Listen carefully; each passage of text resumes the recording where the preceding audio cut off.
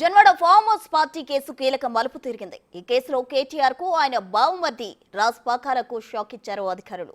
ఎలాంటి అనుమతులు తీసుకోకుండానే Janwada farm house నిర్మించారని గుర్తించారు. ఇక నిర్మాణానికి ఎలాంటి అనుమతులు తీసుకోలేదని తేల్చి చెప్పారు. ఫామ్ హౌస్ లో అనుమతులు లేకుండా పార్టీ నిర్వహించడంపై ఇప్పటికే ఒక పక్క దర్యాప్తు కొనసాగుతుంటే ఇప్పుడు ఏకంగా ఫామ్ హౌస్ పూర్తిగా అక్రమ కట్టడమని ట్విస్ట్ ఇచ్చారు. దీంతో రాజ్ పాకాలతో పాటు కేటీఆర్ కూడా చిక్కుల్లో పడినట్లయింది. ఇప్పటికే అది ఫామ్ హౌస్ కాదని అది పాకాల సొంతిల్లు అని కేటీఆర్ తెలిపారు.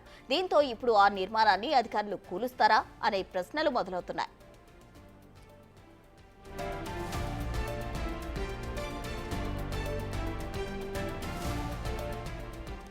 ఇటీవలే అక్కడ రేవ్ పార్టీ నిర్వహించారు పాకాల రాజు. ఆ పార్టీపై అందిన ఫిర్యాదుతో పోలీసులు రైడ్ చేసి డ్రగ్ టెస్ట్ చేస్తే కేటీఆర్ దోస్త్ మద్దూరి విజయ్ కొకైన్ సేవించినట్లు తేలింది. దీనిపై దర్యాప్తు కొనసాగుతోంది.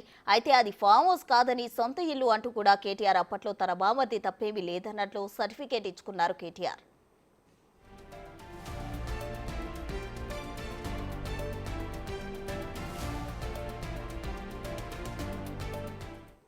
ఫామ్ హౌస్ అంటారు, అది ఫామ్ హౌస్ కాదు, అది నా బావమరిది రాజ్ పాకాల ఉండే ఇల్లు. ఆయన మొత్తం ఇక్కడ ఒక హైదరాబాద్లో ఒక గేటెడ్ కమ్యూనిటీలో ఉంటుండే.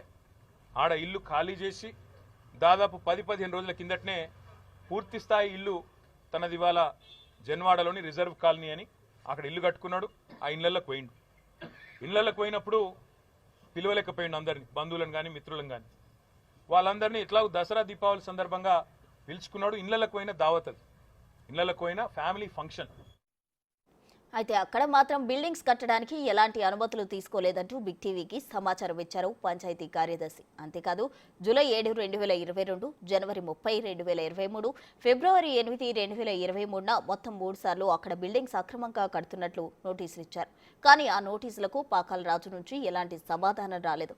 ఓవైపు నోటీసులు వస్తూనే ఉన్నా లెక్క చేయకుండా ఫామ్ హౌస్ ను కంప్లీట్ చేశారు. అక్కడ పార్టీలు కూడా చేసుకుంటున్నారు. ఆ ఫామ్ హౌస్ కట్టే సమయానికి నోటీసులు ఇచ్చిన సమయాల్లోనూ రాష్ట్రంలో అధికారంలో బీఆర్ఎస్ పార్టీనే ఉంది. అధికారం తమ చేతుల్లోనే ఉంది కాబట్టి తాము ఏం చేసినా చెల్లుబాటు అవుతుందనే ఉద్దేశంతో పాకాల ఫామ్ హౌస్ నిర్మించుకున్నట్లు తెలుస్తోంది. దీంతో ఇప్పుడు ఫామ్ హౌస్ ను అధికారులు ఏం చేస్తారనేది ప్రశ్నార్థకంగా మారింది.